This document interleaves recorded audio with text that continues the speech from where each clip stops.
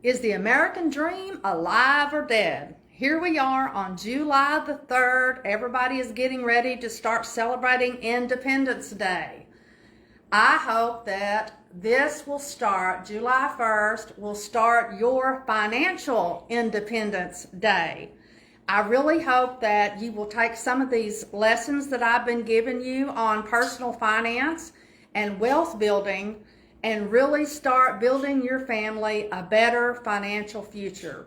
If you've not done so, go over to my YouTube channel, Nancy Gaskins Passive Income Generators.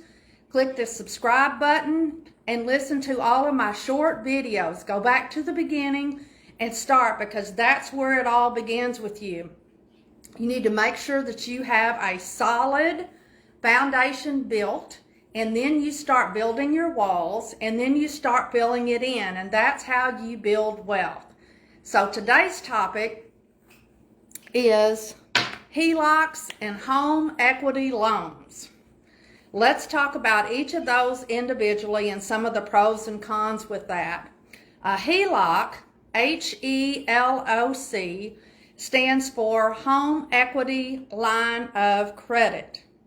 And some of the benefits of using a HELOC is the interest typically is a little bit lower, and you only use the money when you need it, but you only get charged interest on the piece that you use.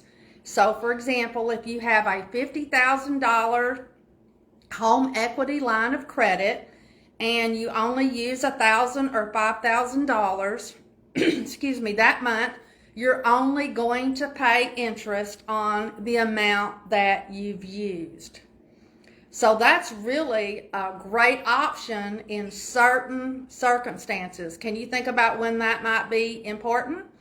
And then over the long haul, what happens is you only have to make interest-only payments. So you're not making interest and principal payments like you do a traditional mortgage. This is a home equity line of credit called a HELOC. And so if you don't use any of it, you would owe zero interest. If you use $1,000 or $5,000 that month, you would only pay the interest owed on that. Now, depending on the term that you set for your line of credit, once you hit that term, that's when you start making your payments and you have to pay the principal back. So that is a HELOC. The other one is a home equity loan. And also on the HELOC, typically that is variable rate interest. So you have to be really careful and make sure that you can afford the payment for when you have to start making payments and pay that sucker back. Okay, that's a HELOC. And then you've got a home equity loan. This is a second mortgage. And for a mortgage, your home is tied to that. So again, if you can't pay your mortgage payment, whether that's your first or second, then they have the option to foreclose and take your home. So you need to know that right up front. Typically, it is a fixed rate of return, so you know how much you're paying, and you get a lump sum, let's just say $50,000, and you are making a payment on $50,000 over the term of your home equity loan. So again, it's a fixed rate over a specified term, and you're going to pay more over time because the whole time you are making the payment, which is interest and principal. Now, just like a regular mortgage, what happens during those first few years? You're paying way more in interest than you are on the principal. And then the HELOC, the home equity line of credit, you only pay interest only on the amount that you have used each month. Here's a tip. What if you use it kind of like a credit card, but you pay it back before they calculate the interest? How much interest would you owe on that loan? Zero. So these are also two tools that some people explore when they're talking about getting themselves in a better position financially, whether it's paying off debt or buying assets. You might want to tap into your home equity. And those are two ways that people have used them both successfully and unsuccessfully over time. It really depends on your particular financial situation, on whether that makes sense for you. But again, this is two options that I wanted to share with you today to kind of give you an overview on what the differences were between them. Remember, the home equity loan is a second mortgage, which means it's a lien against your property. Okay? That's very important distinction that you need to keep in mind when you're dealing with different types of loan scenarios. Now, since I said we're, Financial Freedom Month, remember what you're supposed to be doing this month in January. You should have already started saving all of your receipts. I don't want you to change anything that you have been doing financially. I just want you to save all the receipts. Every time you spend a penny, every time you spend $1, I want you to keep that receipt, and I want you to create a spreadsheet. I don't care how you do it, whether it's on Excel, on a piece of notebook paper, or whatever, and I want you to track your spending for 30 days. For 30 days, you and your spouse, or if you're a single member household, just you, but every time you spend anything, I don't care if it's going through the fast food, going through the convenience store, buying gas, whatever it is, and then also, you might be able to tie your bank account to some of these apps and it would do it for you. But here's where I want to kind of give you a warning. Like when you go to Walmart and you spend your money, here's the problem. You might be buying all different kinds of things, and so you can't pull out the categories. What you want when you're going to do your personal shopping is what I do is I separate my groceries from my personal toiletry items to my household cleaning items. So I have those three categories. That way I can tell whether one is getting out of whack or not. Make sense? Because you want to know how much you're spending on groceries. That's going to help you keep control and see where your spending is on your groceries. And things like shampoo, conditioner, your shaving items, your makeup, skincare, all of those things, that needs to be in its own category. And then things like toilet paper, paper towels, cleaning supplies, and all of that stuff. Again, I am not asking you to change anything that you're doing.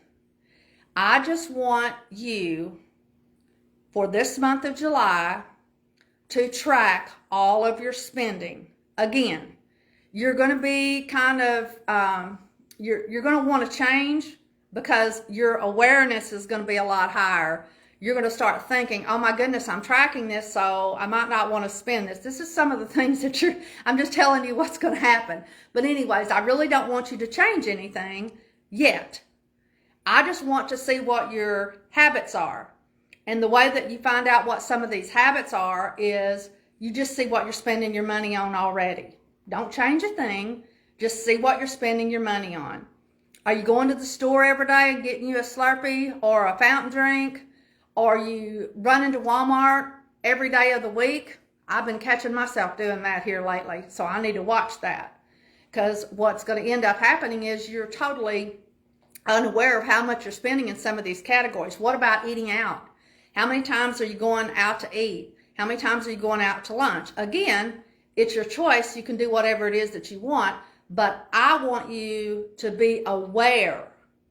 I want you at the end of the month to be able to look at each of these categories, because you are really going to be surprised. You're going to be thinking, wow, I had no clue that I was spending that much money. Now, some of your items, like your toiletry items and your household cleaning supplies, you probably won't really get a good idea on what you're spending till after 90 days, about 3 months, because depending on how often you use those supplies, they're going to run out. And so that will give you a good item. And the reason that we're doing this is eventually we want to set up a spending plan. Notice I did not say budget. Budget is constraining. but we want to set up a realistic spending plan based on what it is that you're currently doing versus what it is that you're wanting to achieve with your personal finances. So you may need to make some changes. You may just not be aware. And one of the things that I have done is for my groceries, I set a budget for it. And I know not everybody does this, and it may not be popular with you, but it works. The Dave Ramsey Baby Steppers, they use the envelope system with the cash.